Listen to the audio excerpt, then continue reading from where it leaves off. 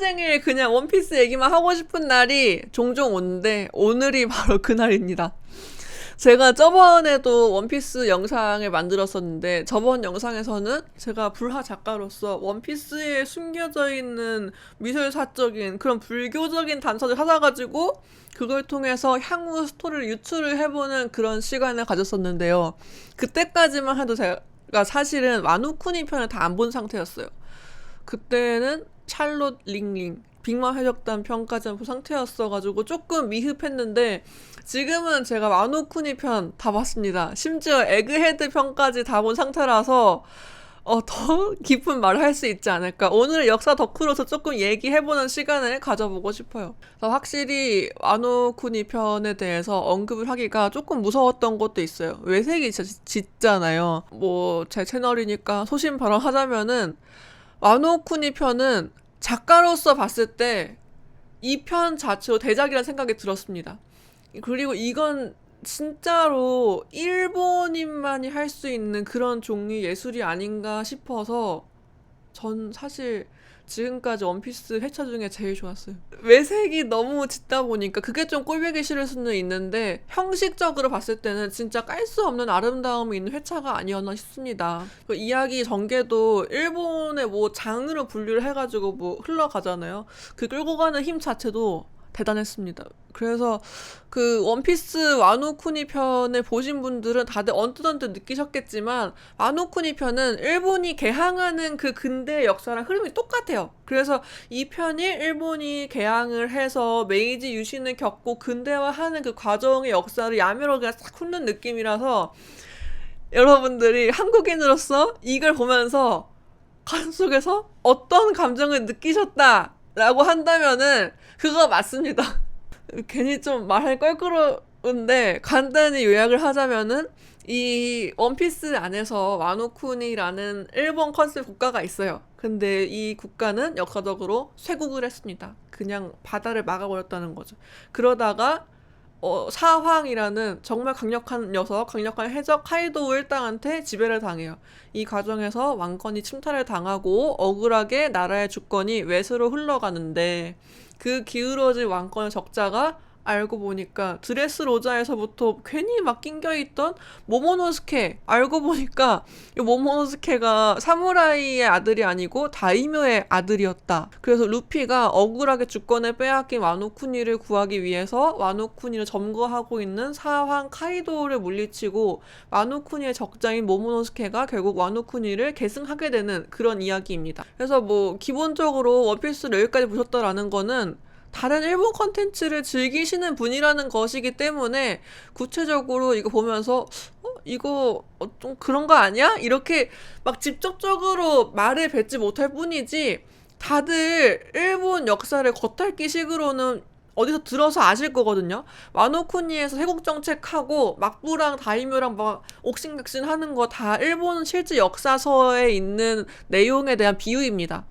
실제 자기 나라의 역사를 오더 선생님께서 원피스 세계관에서 재해석하신 거예요. 그래서 이거를 조금 더 체계적으로 이해를 하고서 원피스를 보시면은 오다 에이치로라는 원피스의 작가가 자기 세계를 어떻게 인식을 하는지 조금 더 깊게 알게 되실 수가 있고, 그리고 작가로서 이 사람이 추구하는 바가 무엇인지 더 잘 아실 수 있습니다. 그래서 오늘은 일본 근대사와 세계사적인 해석을 조금씩 넣어서 와노쿠니 편을 살펴보는 시간을 가진과 동시에 결과적으로는 오다 H로는 대체 무슨 생각으로 원피스를 기획을 했는가, 이거를 여러분들이랑 좀 같이 추측을 해보고 싶어요.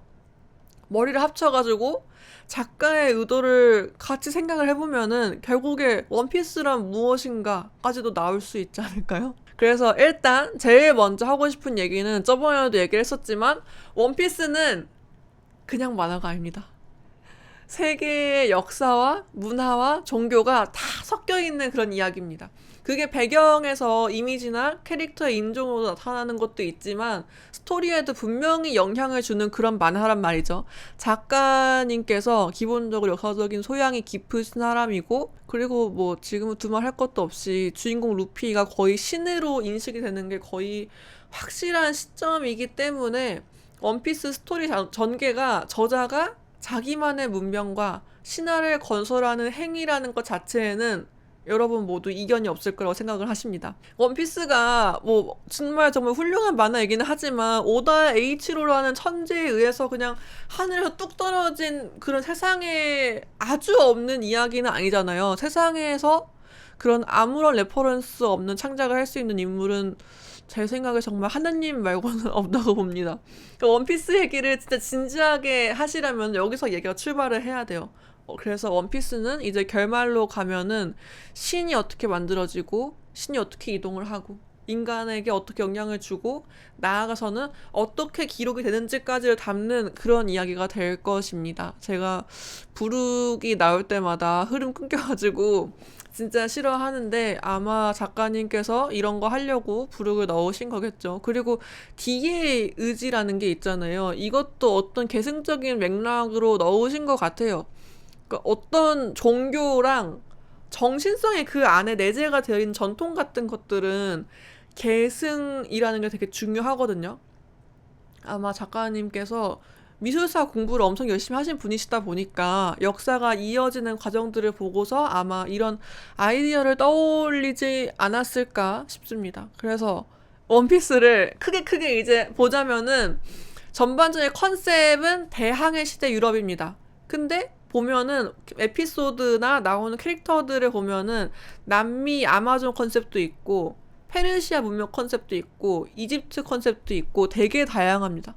역사적으로 해적이 있었다라고 기록이 된 대륙이나 나라들은 일단 다 나온 것 같아요. 제 생각에는. 지금 보면은 고대 문명에서부터 중세 유럽도 거치고 제국주의도 거치고 개항을 거쳐서 과학의 시대에 왔거든요. 닥터 베가펑크 편 에그헤드까지 옵니다.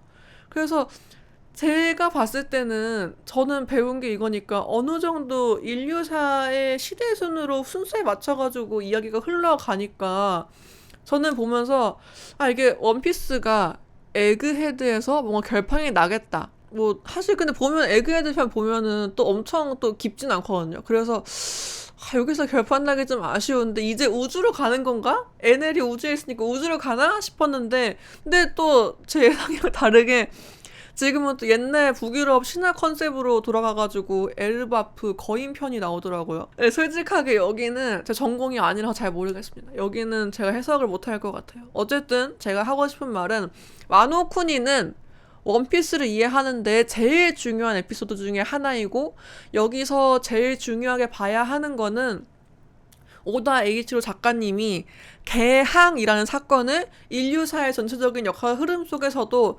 굉장히 중요하게 인식을 하고 있다라는 것입니다. 그래서 이게 한국인으로서 생각을 해보면은 좀 불편한 지점이기도 하고 이게 좀 이해가 쉽지가 않아요.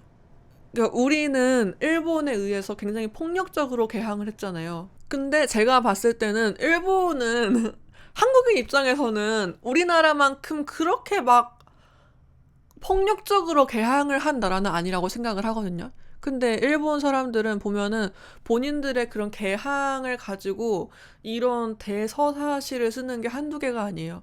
저는 만화랑 영화를 볼 때마다 대체 일본 사람들은 자기들의 개항이 뭐가 그렇게 억울하고 힘들었던 걸까? 이게 항상 좀 신기했었어요. 예를 들면은 이런 걸로 아예 만화를 쓰는 게 있는데 은혼이라는 만화가 있거든요. 거기도 전반적인 내용이 자기네들 개항이랑 유신에 대한 비유입니다.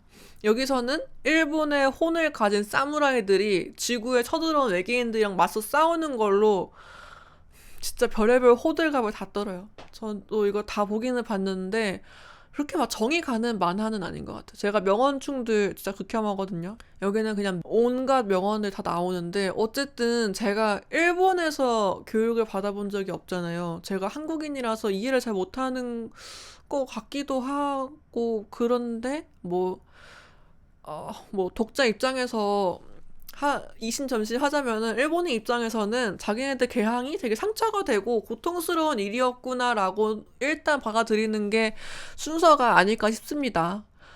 실제로 일본의 민중들한테는 개항이라는 게 되게 재앙 같은 거였대요. 그래서 막 양이 운동하고 그러잖아요. 은혼에서도 양이 지사들이 이게 외계인 척살하고 막 그러는데 뭐 아무래도 그냥 뭐 자연스럽게 해외에서 새로운 물자가 들어오니까 본국에서 뭐 물가가 계속 오락내리락하고 쌀값도 폭등을 하고 당연히 전염병도 돌겠죠. 그리고 화폐 가치도 폭락을 하고 그랬다고 해요. 그러면은 뭐 서민들 살기 힘든 거 당연한 거고 한데 사실 우리도 다 겪은 거라서 뭐 이렇게 막 힘든 건가 싶기도 해요.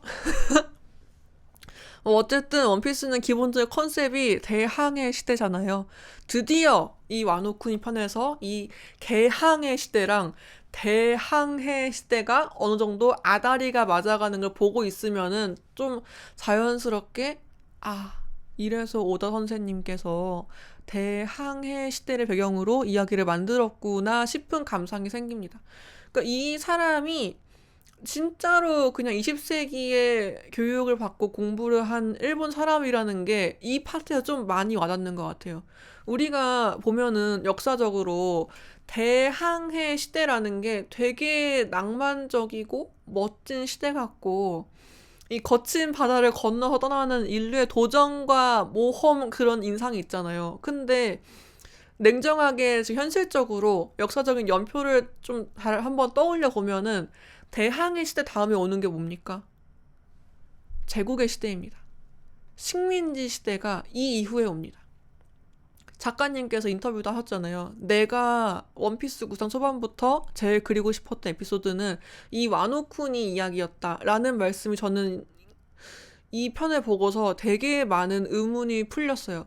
그러니까 오다 선생님이 하고 싶은 이야기는 결국에 한 시기를 전후해서 세상이 전환되고 확장되고 바뀌는 그런 이야기인 거예요. 일단 여기서 이 사람이 창작 시작을 했겠구나라는 게 와노쿠니 편에 보면은 알 수가 있습니다. 사람들이 막 대서양을 건너 태평양을 건너 황금을 찾아서 또 봄을 찾아서 떠나고 그 과정에서 모험과 전설적인 인물이 막 등장을 하고 국가적인 충돌도 생기지만 결국에 세상이 연결이 되는 이 인류사의 한 부분이 원피스라는 만화의 영감의 원천일 거다라는 게 다시 한번 환기가 되는 그런 회차가 바로 와노쿠니 편이었습니다. 사실은 이게 초창기 때는 이게 되게 당연한 거였잖아요. 근데 어느 순간 원피스가 길어지면서 이거를 다들 놓치고 있었습니다.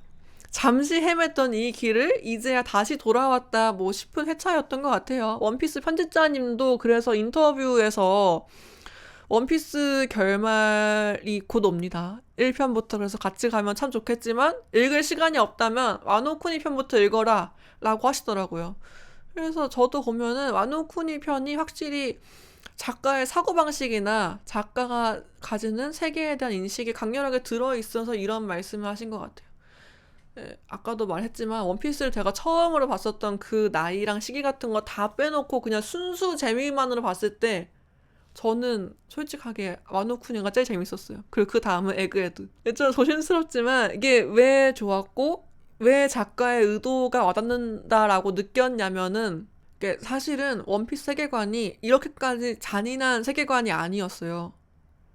그렇지 않나요? 원래도 원피스 세계관이 약육 강식의 세계는 맞았는데 적어도 다시 좀 생각을 해보면은 애들은 좀 봐주기도 하고 여기 노예 제도, 천룡인과 노예에 대한 관계를 이렇게 깊게 언급하지 않았어요.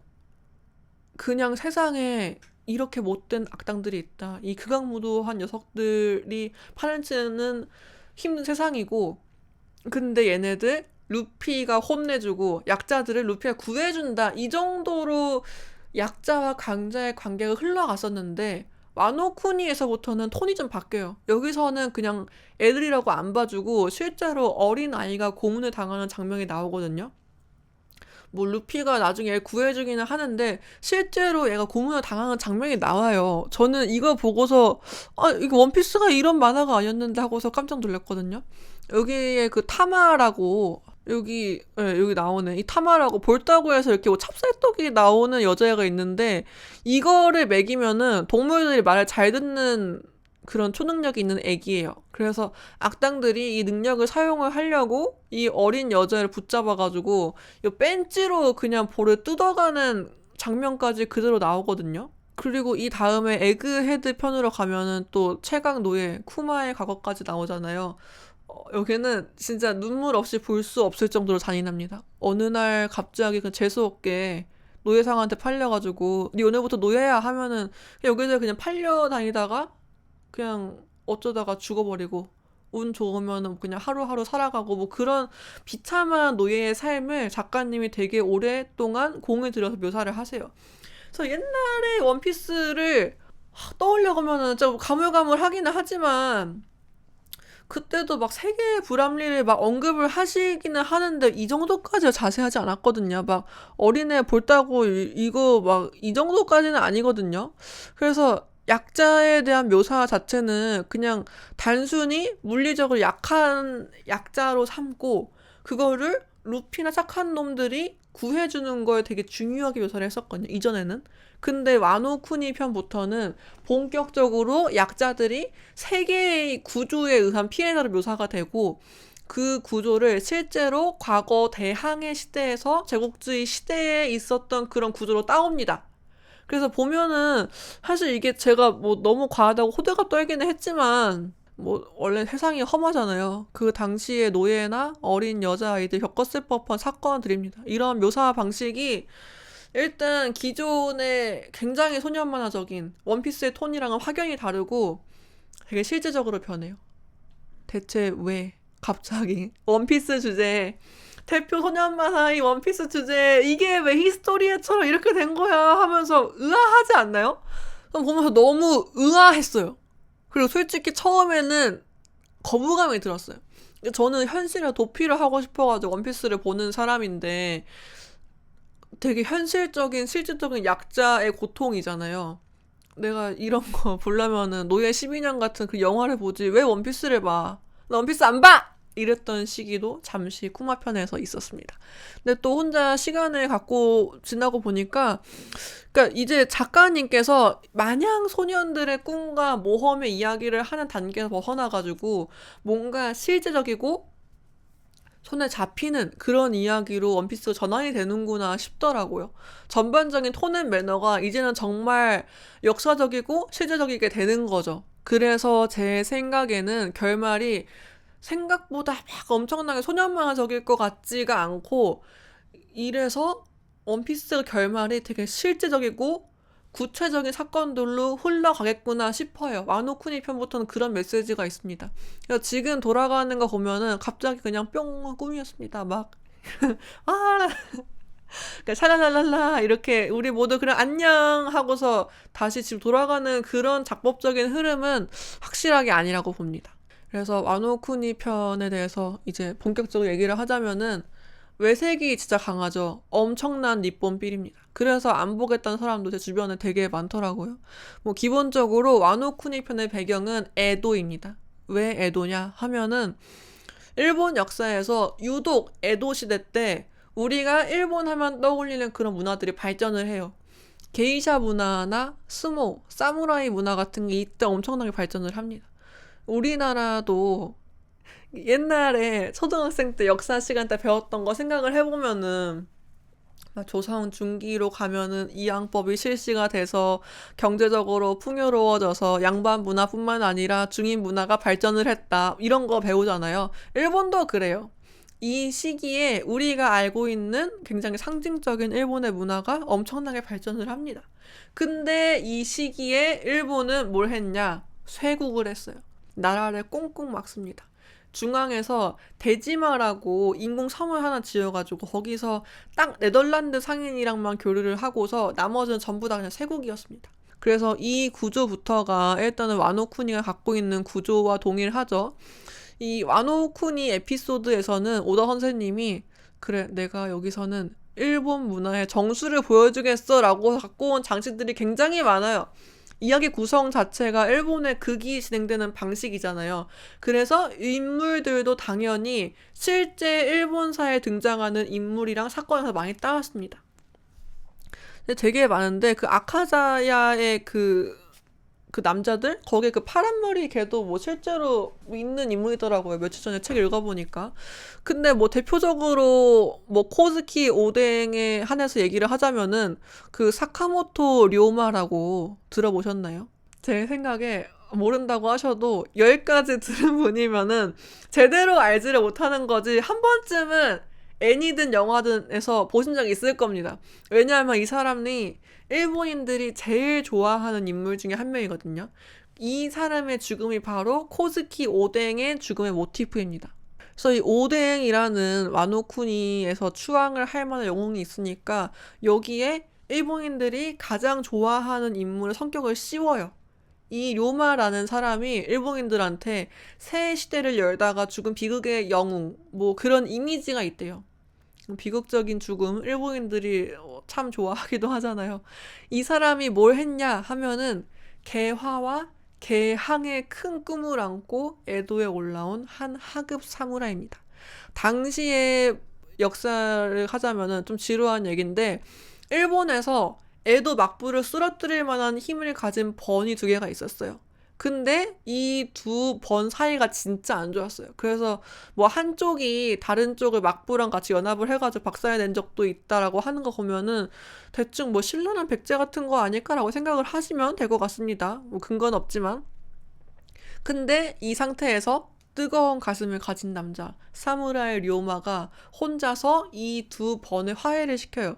한쪽 가서 설득하고 여기서 설득을 하고 결국 둘을 한 자리에 앉혀가지고 서로 손을 잡게 만들어요. 그 뜨거운 남자의 화해를 시켜요. 그리고 이 동맹이 결국에 나중에 가서는 에도 막부를 쓰러뜨려요. 그래서 보면은 에도 막부 이후에 새로운 일본의 기반을 만든 사람이 바로 료마입니다.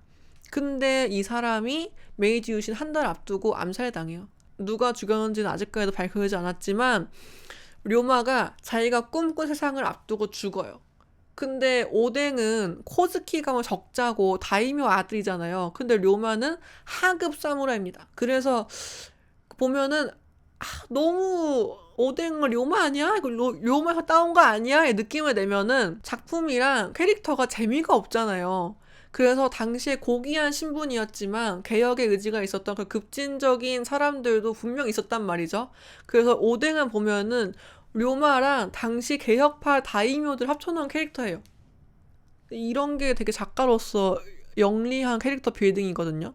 인물을 만들 때 그냥 모티프로 한 인물을 따와가지고 이 인물 성격과 역사만 넣는 게 아니라 이 인물의 여러 가지 인물 성격들을 투과를 시켜가지고 막부 말기라는 그런 시대 전체적인 분위기를 한 캐릭터에 응축을 시키는 거예요.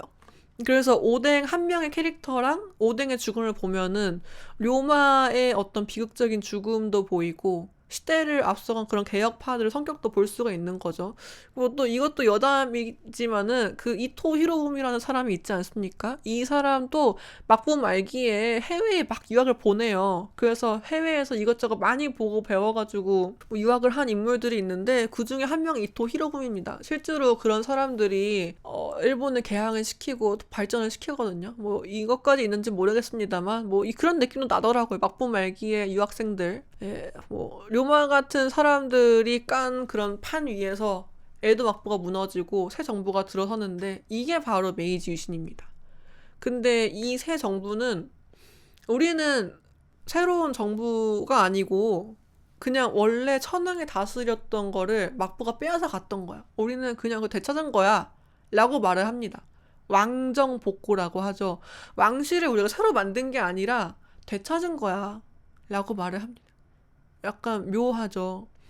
보면은 일본 역사에서는 천황은 실제로 열도를 다스린 적이 거의 없어요. 굉장히 짧아요. 웬만하면은 뭐 사무라이들 다 합니다. 천황은 그냥 신의 후손이니까 제사만 좀 지내는 그런 존재라서 정치 참여를 거의 안 했어요. 상징적인 존재로만 있는데, 근데 막부 뒤에 메이지 정부는 이 사무라이들 막부가 천황의 정당한 권리를 1000년 동안 빼앗아갔던 거다. 이제 그 권리를 천황께 돌려드리는 거다라고 해요. 그래서 잊지도 않았던 그 옛날 그 천황이 다스렸던 시대를 지어내서 그거를 우리가 회복을 한다고 주장을 하는 거예요. 이게 굉장히 정교한 이데올로기 작업이죠. 자신들의 정통성을 위해서 이제 이 나라가 천황의 손에 원래 자리로 돌아간 거다라고 말을 해요. 뭐 정치라는 게 언제나 그냥 명분 싸움이니까 이런 말을 한 거겠죠. 아노쿠니의 엔딩을 보면은 그래서 메이지 유신이 떠오르지 않기가 힘들어요. 그 침탈자였던 오로치는 이제 좀 쓰러지고 요 뭐 어느 날 그냥 갑자기 붙어 있었던 모모노스케라는 녀석이 알고 보니까 코즈키 가문 적자라고 알고 보니까 얘도 금수저여서 즉위를 합니다. 코즈키 가문이 돌아옵니다. 그리고 이게 어떻게 묘사가 되냐면은 원래 코즈키 가문이 와노쿤이 정통이었고 오로치가 그 찬탈을 했고 이제 정통에 돌아왔다. 이렇게 그려요. 이게 메이지 유신의 그 왕정 복고 서사 그대로거든요. 새 나라가 세워진 게 아니라 원래 있었던 게 회복이 됐다. 라는 흐름입니다. 또 모모노스케가 메이지 천황이랑 또 닮은 면이 있죠. 메이지 천황도 즉위를 할 때 엄청 어렸습니다. 15살? 거의 뭐 중3짜리 남자애가 새로운 그 근대 일본 정부의 최고 정점에 앉았어요. 당연히 진짜 정치는 뭐 중학생이 했겠습니까? 뭐 유신 주도한 그 관리들이 다 했기 때문에 아직까지도 메이지 천황은 그냥 상징으로만 남습니다. 근데 새 정치가 중요한 거는 이전과 다르게 이 상징이 없으면은 새 정부가 정당성을 가지지 못한다. 라는 거죠. 그래서 어리고 순수한 군주를 꼭대기에 올려놓습니다. 어른들이. 그래서 모모노스케도 보면은 되게 어리고 연약함이 강조가 많이 되잖아요. 보면은 막 오뎅처럼 되고 싶고 막 그런데 막 도망 다니고 그런 게 많이 나오거든요. 보면은. 근데 그런 것에 벅차함에도 불구하고 근데 얘는 어쩔 수 없이 오등의 적자니까 와노쿠니의 상징적인 정점입니다. 그래서 진짜 싸움은 다 다른 사람들 어른들이 하고 모모노스케는 꼭대기에 앉아서 정통성의 아이콘 역할을 해요. 뭐 얘도 뭐 금수저니까 목소리 같은 거 낼 수 있고 이것저것 뭐 하기는 하는데 그래도 아직까지는 어려서 약한 거는 어쩔 수가 없는 것 같아요. 근데 또 오다라는 사람이 뭐 보통 사람은 아니잖아요. 이런 걸 보면은 일본 역사를 그대로 가져온 것 같이 보이지만 실질적으로 보면은 막 그렇지만은 또 않아요. 되게 복합적이에요. 실제 역사는 이렇게 와노쿠니 에피소드처럼 아름답지는 않아요. 제가 지금까지 했었던 요 이야기들, 그 일련의 흐름들은 메이지 정부가 자기들을 미화하려고 자기들의 이데올로기 같은 걸 정당화시키려고 만든 쉬운 이야기이잖아요. 되게 깨끗한 이야기잖아요. 왕정을 복고시켰다. 천황을 앉혔다. 그래서 이런 깨끗한 이야기를 덮어가지고 씌운 집단이 바로 와노쿠니의 코즈키 일당들이에요. 거기 다이묘 일당들. 근데 뭐 진짜 메이지 유신을 파면은 설마 왕정 복고가 진짜 목적이겠어요.